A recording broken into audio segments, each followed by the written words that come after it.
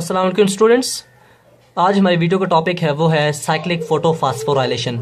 Previous जो सी मेरी video है वो नॉन साइक्लिक फोटोफॉस्फोराइलेशन पर है, तो प्लीज़ आप उसको भी देख लें ताकि आपका एक पूरा रिएक्शन जो सा है लाइट रिएक्शन वो आप क्लियर हो जाए, आपका पूरा कंसेप्ट क्लियर हो जाए।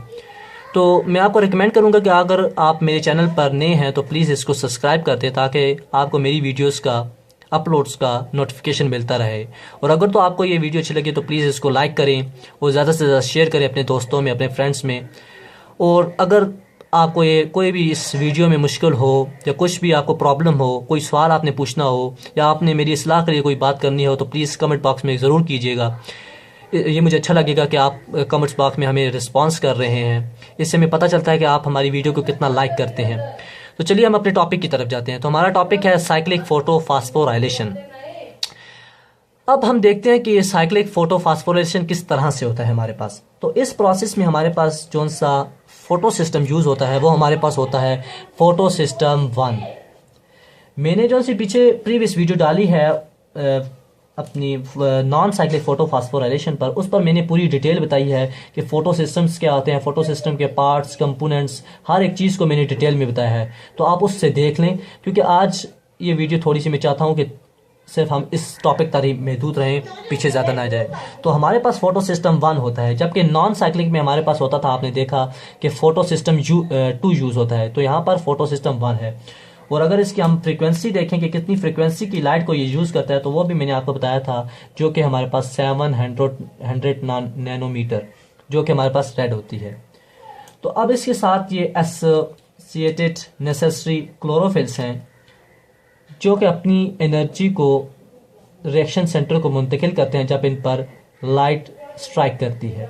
तो वो मैं आपको पहले तरह लेबल कर लूँ, फिर आपको मैं बताता हूँ। ये एरो शो कर रहे हैं कि ये अपनी एनर्जी को रिएक्शन सेंटर को दे रहे हैं। अब क्या होगा कि जब ये हमारे पास लाइट आ रही है, तो जब लाइट ने इन पर स्ट्राइक किया, इस फोटो सिस्टम 1 पर स्ट्राइक किया, मैं तो साथ साथ लेबल करता जाता हूँ ताकि आसानी हो मेरे लिए भी और आपके लिए भी। तो जब ये लाइट ने स्ट्राइक किया फोटोन की सूरत में इस फोटो सिस्टम 1 पर, तो इस फोटो सिस्टम 1 में मौजूद जो से इलेक्ट्रॉन्स थे, आपको पता है कि जब भी इलेक्ट्रॉन एनर्जी को गेन करते हैं तो अपनी ग्राउंड स्टेट से एक्साइटेड स्टेट में चले जाते हैं। तो जब यहाँ से इलेक्ट्रॉन ने एनर्जी को पिकअप किया, जब उनको यहाँ पर एसोसिएटेड नेसेसरी क्लोरोफिल्स ने एनर्जी अपनी उनको दी, उन्होंने गेन किया, तो वो यहाँ से ग्राउंड स्टेट से अपनी एक्साइटेड स्टेट में चले गए और यहाँ से वो बाहर निकल गए इस फोटो सिस्टम से। जब वो फोटो सिस्टम से बाहर निकले तो यहाँ पर इस फोटो सिस्टम के साथ हमारे पास प्राइमरी इलेक्ट्रॉन एक्सेप्टर्स होते हैं जो कि इन इलेक्ट्रॉन्स को पिकअप कर लेते हैं। प्राइमरी इलेक्ट्रॉन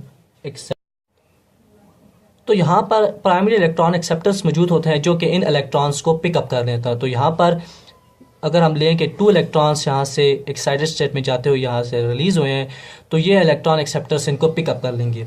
अब यहाँ से आगे फिर हमारे पास इलेक्ट्रॉन ट्रांसपोर्ट चेन स्टार्ट हो जाएगी और उसमें सबसे पहले ये इलेक्ट्रॉन्स जो है हमारे पास देखा जाए तो फेरोटॉक्सिन के पास जाते हैं और ये आगे 3 और इलेक्ट्रॉन कैरियर्स के पास, एक्सेप्टर्स के पास जाते हैं। उनको पहले मैं लेबल कर बता देता हूँ, आपको लिख देता हूँ, फिर आपको मैं समझाता हूँ ये कैसे हो रहा है या वो कौन कौन से हैं। तो सबसे पहले जो सा इलेक्ट्रॉन एक्सेप्टर है हमारे पास वो होता है फेरोटॉक्सिन। तो सबसे पहला हमारे पास आ गया फेरोटॉक्सिन FD। दूसरा जो सा हमारे पास साइटोक्रोम कॉम्प्लेक्स होता है। फिर हमारे पास यहाँ पर प्लास्टोक्योनिन होता है और फिर हमारे पास साइटोक्रोम कॉम्प्लेक्स होता है और फिर हमारे पास होता है प्लास्टोसेनिन। अब इसकी मैं बताता हूँ कि इसकी मैं साथ में इधर ऊपर एब्रीवेशन का लिख देता हूँ कि ये क्या चीज़ है। तो FD यहाँ पर बता रहा है कि ये फेरोटॉक्सिन है, फेरोटॉक्सिन। PQ बता रहा है कि ये प्लास्टोक्योनिन है, प्लास्टोक्योनिन।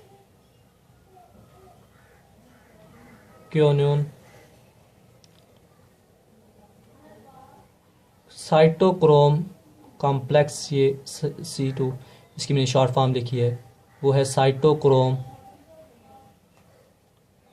कॉम्प्लेक्स।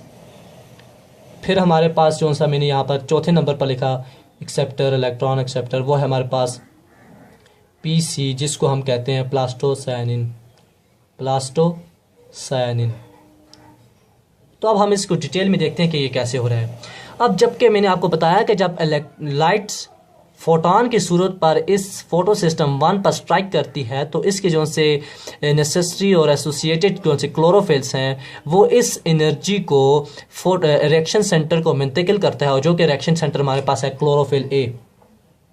क्लोरोफिल ए रिएक्शन हमारे पास रिएक्शन सेंटर में मॉलिक्यूल पिगमेंट पाया जाता है जो कि इन एनर्जी को पिकअप करता है, और उसमें मौजूद जो से इलेक्ट्रॉन्स होते हैं वो इस एनर्जी को जब लेते हैं तो वो ग्राउंड स्टेट से अपनी एक्साइटेड स्टेट में चले जाते हैं, और एक्साइटेड स्टेट में जब वो जाते हैं तो इस सिस्टम से वो रिलीज़ हो जाते हैं। जब इस सिस्टम से वो रिलीज़ होते हैं तो उनको electron primary electron acceptors pickup कर देते हैं। अब इस प्राइमरी इलेक्ट्रॉन एक्सेप्टर्स से आगे हमारे पास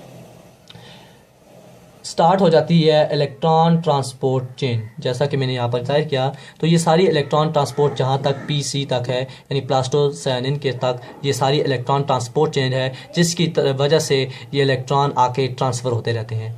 तो प्राइमरी इलेक्ट्रॉन एक्सेप्टर्स से ये आगे इलेक्ट्रॉन हमारे पास जाते हैं फेराडॉक्सिन के पास, फिर फेराडॉक्सिन से ये आगे हमारे पास PQ यानी प्लास्टोक्योनन के पास जाते हैं, और उससे आगे फिर हमारे पास साइटोक्रोम कॉम्प्लेक्स के पास, और फिर आखिर में हमारे पास प्लास्टोसायनिन में जाते हैं।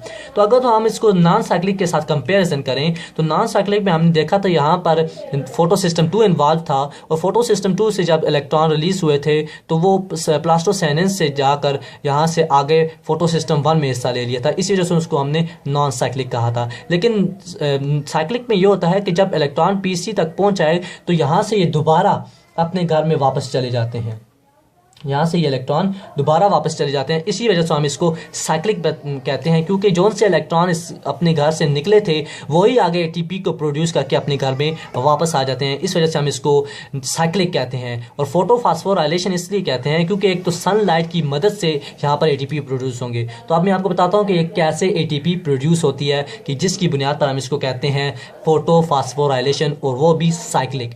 तो वो ऐसे होता है कि जब ये इलेक्ट्रॉन यहाँ से एक्साइटेड स्टेट में जाते हुए प्राइमरी इलेक्ट्रॉन एक्सेप्टर्स के पास जाते हैं तो ये यहाँ पर डाउन द ऑर्डर ग्रेडियंट जाते हैं, जबकि ये हायर एनर्जी से लोअर एनर्जी की तरफ आते हैं तो ये 2 पॉइंट पर अपनी एनर्जी को रिलीज़ करते हैं। और वो 2 पॉइंट कौन से हैं तो वो मैं आपको अगर बताऊं तो हमारे पास वो 2 ये हैं कि जब ये फेराडॉक्सिन से प्लास्टोक्योनन के पास आते हैं तो ये एनर्जी को रिलीज़ करते हैं। जब ये एनर्जी को रिलीज़ करते हैं तो एक बहुत ही इंपॉर्टेंट हमारे पास यहाँ पर रिएक्शन होता है, सिंथेसिस होती है, वो ये होती है कि यहाँ पर ADP जो से हैं वो इनऑर्गेनिक फॉस्फेट को अपने साथ मिलाकर यहाँ पर ATP प्रोड्यूस कर देता है, जो कि हमारा मेन प्रोडक्ट है इस रिएक्शन का। तो यहाँ पर एक तो ATP प्रोड्यूस होगी जिसकी वजह से हम इसको फोटोफॉस्फोराइलेशन कहते हैं, और दूसरे इस पॉइंट पर वो अपनी एनर्जी को रिलीज़ करते हैं। तो वो हमारे पास जब साइटोक्रोम कॉम्प्लेक्स से प्लास्टोसायनिन के पास जाते हैं तो यहाँ पर इस पॉइंट पर भी वो अपनी एनर्जी को रिलीज़ करते हैं। जब वो एनर्जी को रिलीज़ करते हैं तो वहाँ पर मौजूद ADP उस एनर्जी को यूज़ करते हुए अपने साथ इनऑर्गेनिक फॉस्फेट को मिलाकर ATP बना देता है, ATP।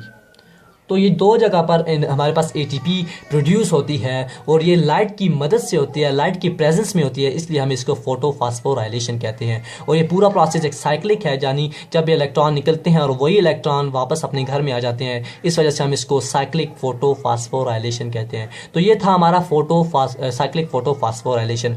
अगर हम इसको समराइज करना चाहें यहाँ पर कुछ पॉइंट्स में तो इस तरह से कि यहाँ पर सिर्फ एक फोटो सिस्टम हमारे पास इन्वॉल्व है जो कि हमारे पास फोटो सिस्टम 1। तो हम लिखेंगे only photo system 1 is involve.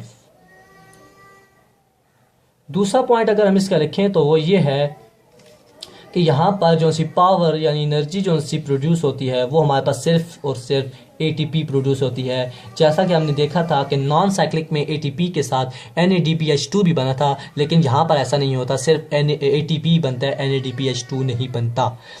तीसरा पॉइंट अगर हम इसका देखें तो यहाँ पर नो फोटोफॉस्फोराइलेशन, यानी यहाँ पर फोटोफॉस्फोराइलेशन तो हो रही है, फोटोलाइसिस नहीं होता, photolysis of water, no photolysis of water, यानी यहाँ पर किसी भी सूरत वाटर की ब्रेकडाउन नहीं होती। जैसा कि हमने देखा था कि नॉन साइक्लिक में, इस वजह से मैं आपको थोड़ा सा कंपैरिजन करता जा रहा हूँ नॉन साइक्लिक के, ताकि आपका नॉन साइक्लिक का भी रिकॉल होता जाए, आपको पता चलता जाए। वैसे ज़रूरत नहीं है यहाँ पर नॉन साइक्लिक की बात करने की, मैं इस वजह से कोशिश कर रहा हूँ कि आपको, ताकि नॉन साइक्लिक भी थोड़ा थोड़ा जहन में रिकॉल होता रहे। तो नॉन साइक्लिक में हमने देखा था कि जिस वक्त फोटो सिस्टम 2 में लाइट स्ट्राइक करती है तो वहाँ पर फोटोलाइसिस ऑफ वाटर हुआ था और हमारे पास ऑक्सीजन और इलेक्ट्रॉन्स और प्रोटॉन्स बने थे। लेकिन यहाँ पर कोई फोटोलाइसिस नहीं होता, क्योंकि यहाँ पर वो कॉम्प्लेक्स ही नहीं पाया जाता जिसकी वजह से फोटोलाइसिस ऑफ वाटर होती है। तो ये हमारे पास तीसरा पॉइंट इसका आ गया। तो अगर हम इस प्रोसेस की बात करें तो ये हमारे पास प्रोसेस नॉन साइक्लिक की बनिस्बत थोड़ा कम है, क्योंकि इसकी इतनी अहमियत नहीं है। जो नॉन साइक्लिक फोटोफॉस्फोराइलेशन है वो हमारे पास मेजर प्रोसेस है, क्योंकि इसमें दो चीज़ें अहम बनती हैं, जो कि ATP और साथ में NADPH2, जो कि हमारे पास डार्क रिएक्शन में यूज़ होता है, जबकि यहाँ पर सिर्फ ATP ही बनती है। इस वजह से ये जो सा प्रोसेस है इतनी अहमियत का हामिल नहीं है, और ये प्रोसेस हमारे पास तकरीबन 15 से 20% होता है, जबकि नॉन साइक्लिक ज़्यादा होता है। तो ये प्रोसेस था हमारा। अब अगर इसकी अकरेंस देखें तो ये अकरेंस जो चीज़ क्या है, जिस जगह पर ये होता है, ये प्रोसेस होता है, प्लेस उसकी देखें तो वो हमारे पास स्ट्रोमा की लैमेली में होता है। ये हमारे पास स्ट्रोमा लैमेली, तो ये हमारे पास स्ट्रोमा की लैमेली में होता है, जबकि नॉन साइक्लिक जो सा है आपको पता भी है कि वो ग्रेना की लैमेली में होता था। उसकी मैंने उस पिछली वीडियो में, अपनी प्रीवियस वीडियो में बहुत सी डिटेल मैंने बताई है, तो आप उसको भी ज़रूर देखें। तो ये होल प्रोसेस था हमारा कि किस तरह से साइक्लिक फोटोफॉस्फोराइलेशन होती है। तो मेरी प्रीवियस वीडियो और ये वीडियो दोनों को अगर आप देख लें तो आपका राइट डायरेक्शन जो है बिल्कुल क्लियर हो जाएगा, और मुझे उम्मीद है कि आपको ये वीडियो देखने के बाद कोई भी इसमें कोई मुश्किल नहीं होगी और आपका कंसेप्ट बिल्कुल क्लियर हो जाएगा। तो अगर तो आपने मेरी ये वीडियो अच्छी लगी तो प्लीज़ इसको लाइक करें और ज़्यादा से ज़्यादा शेयर करें, और मेरे चैनल को सब्सक्राइब करना ना भूलिएगा। इंशाल्लाह अगली किसी और वीडियो में मुलाकात होगी। इंशाल्लाह अगली वीडियो में मिलते हैं। अल्लाह हाफिज़।